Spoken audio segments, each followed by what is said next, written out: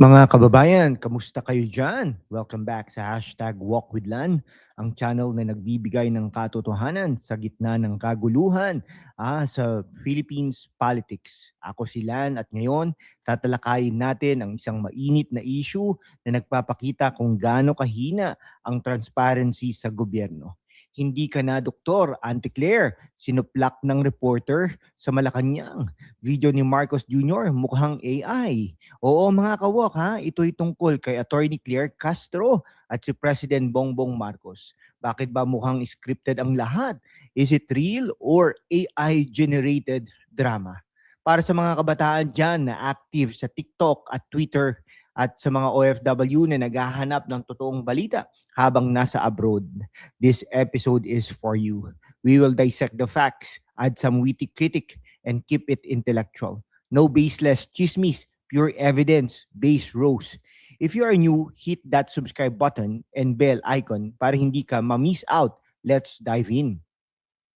Una, kilalanin natin si Attorney Claire Castro, ha? Siya ang Undersecretary ng Presidential Communications Office, PCO, assigned as Palace Press Officer. She's a lawyer, not a medical doctor. Pero bakit hindi ka na doktor? Ito'y witty play on words. Marami ang nagsasabi na she's acting like a spin doctor sa media, twisting facts para sa admin. Pero recently, sa isang press conference noong July 2025, sinuplak siya ng reporter. Ano ang nangyari? Ayon sa ABS-CBN News, nagdinay si Castro na involved siya sa pagtanggal ng isang reporter mula sa Malacanang beat. Si reporter Eden Santos ng Net25 o ABS-CBN, Net25 lang, inalis dahil sa alleged protocol breach sa isang event noong June. Pero sa viral video, tinanong siya ng reporter, ikaw ba ang naglabi para matanggal siya? At ang sagot niya, sorry you are wrong. Hindi ako ang nagpapasya niyan. Okay, Auntie Claire, parang auntie na nagpapatahimik ng bata sa family reunion. Pero seriously, mga kabataan, this is suppression of press freedom. Remember EDSA? Our democracy was built on free media. Para sa mga OFWs, imagine niyo if your news from home is censored, paano ka makakapag-contribute sa bayan? Castro filed complaints against former PCO secretary for threats, showing internal drama. Okay, comment down below Do you think she's guilty? Yes or no? Ngayon, let's get critical. Bakit ba controversial si Castro? Ayon sa Inquirer, she denied lobbying for the reporter's removal. Pero vloggers accuse her of it. This echoes Duterte-era tactics like banning Rappler's Pia Ranada in 2018 under Marcos admin. Parang continuation, suppressing dissent. Parang si Auntie Claire trying to Castro away the truth. Pero fact show, sa Reddit, users say she's the one who got the reporter fired for protocol violations. At sa Facebook post, she urged not to jump to conclusions. Pero bakit defensive? Para sa mga kabataan, this is like a cancel culture. Pero government version. OFWs think of it as your remittances funding a system that hides scandals. Stay tuned. Susunod ang Marcos AI part. Is it deepfake or deeper issue? Okay, ngayon from Castro to the big boss, Bongbong Marcos. How does Auntie Claire connect? Siyang mouthpiece ng admin, defending policies amid controversies. At speaking of deception, let's talk about the videos na mukhang AI. Okay, yung kasi nung 2024 po to 2025, maraming deepfake about President Bongbong Marcos. Example na lang yung Polvoron video, no, where he allegedly snorts cocaine. But sabi ng AI, experts found facial manipulation, proving it's fake. It's fake po. Deepfake audio urging attack on China dismissed by PCO as a fake then. Pero bakit pa ulit-ulit? Is the admin using AI to distract or are enemies like Duterte camp spreading it? Parang Marcos video mukhang AI, pero ang totoong issue ay ang artificial integrity ng gobyerno. Para sa kabataan, this is a cyber warfare in politics. Learn to spot fakes. OFWs protektahan ang reputasyon ng Pilipinas abroad. Share your deepfake experiences in comment section mga kaibigan. Okay, the Pulmoran video from July 2024 went viral, but Wikipedia notes it's purported cocaine use denied by admin. Deepfake alleging drug use sparked outrage, with Duterte claiming it's real. Wow, ha? At my AI generated 1990 interview predicting his presidency, false per Rappler. This shows vulnerability to misinformation in a digital age. Pero why no stronger laws versus deepfakes? His admin CICC warned about fakes using his image. Parang hair follicle test video. AI, pero ang totoong test ay ang trust ng tao. Use apps like TruePic to verify. This affects international perception. Seeing Scarborough Shoal tensions. After break, membership flag.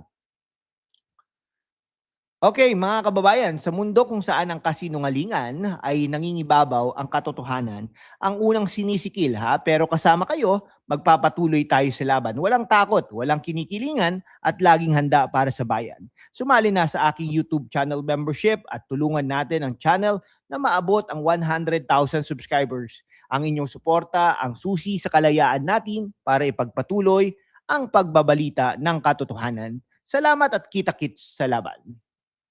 O back tayo to critic ha.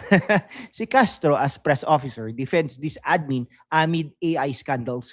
She's praised in some Reddit threads for shutting down VP Sara's shade. Pero overall, it's a pattern of control. Marcos Jr.'s videos looking AI symbolizes a fake recovery, economic promises versus reality of inflation, West Philippine Sea losses. Okay, parang filter sa Instagram, mukhang perfect pero edited OFWs. Your hard-earned dollars deserve transparent governance. Cite foreign actor behind deepfakes like China per time.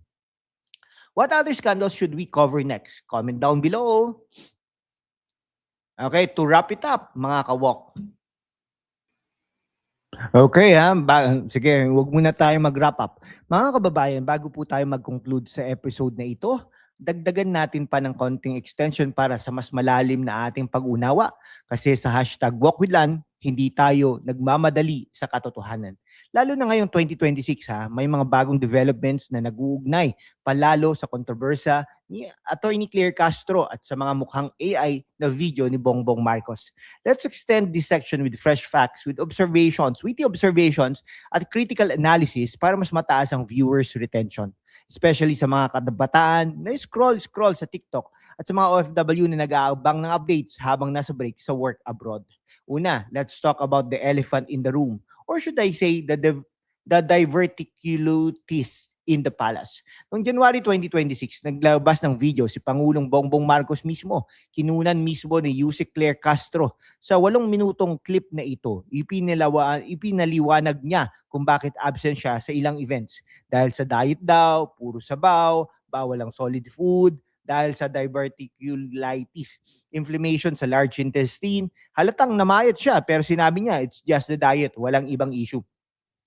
Kaya parang Marcos video ulit, mukhang edited o AI dahil sa lighting at expression. Pero confirm na authentic ito, kinunan ng official PCO. Pero bakit si Auntie Claire mismo ang camera woman? Parang personal touch para iwasan ang mukhang AI accusations.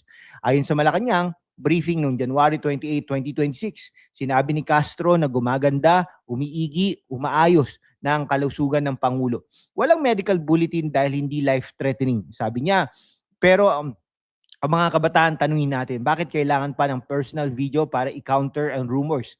Parang damage control 101, using the same person who got sinuplak sa press con to shoot the reassurance clip.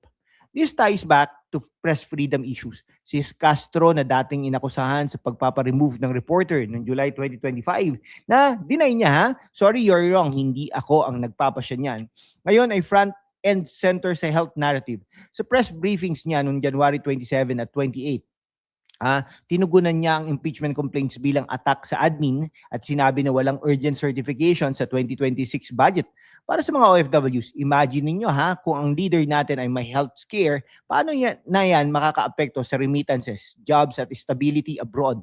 This isn't just chismis, it's about governance transparency. Comment mo naman, ano sa tingin mo? Genuine recovery ba ito o PR stunt? Real health update versus another Marcos spin? Stay tuned. Susunod pa ang deeper link sa AI deepfake pattern, mga kaibigan.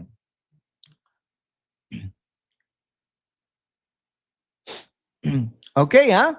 Yan. To connect the dots, ang pattern na ito mula sa pag-deny ni Castro sa reporter removal hanggang sa kanyang pagiging mouthpiece sa health rumors at impeachment threats. Nagsusumikap ang admin na kontrolin ang narrative. Pero sa panahon, no? Sa panahon ng deepfakes tulad ng pulburon video na debunk noong 2024 to 2025 at patuloy na warnings mula si ICC, bakit parang laging may mukhang AI o manipulated perception? Hindi lang tungkol kay Anticlair o Marcos, ito'y sintomas ng mas malaking problema. Erosions of trust sa gobyerno. Para sa mga kabataan, gamitin ang critical thinking, check sources, spot edits. Para sa mga OFWs, ang katotohanan ang susi sa bayan natin. Huwag magpaloko sa filtered videos. Okay. Si Claire Castro parang multi-tool sa Malacanang, press officer, denier-in-chief at ngayon, official videographer. Pero sa huli, ang totoong doktor na kailangan natin ay ang transparency, hindi spin.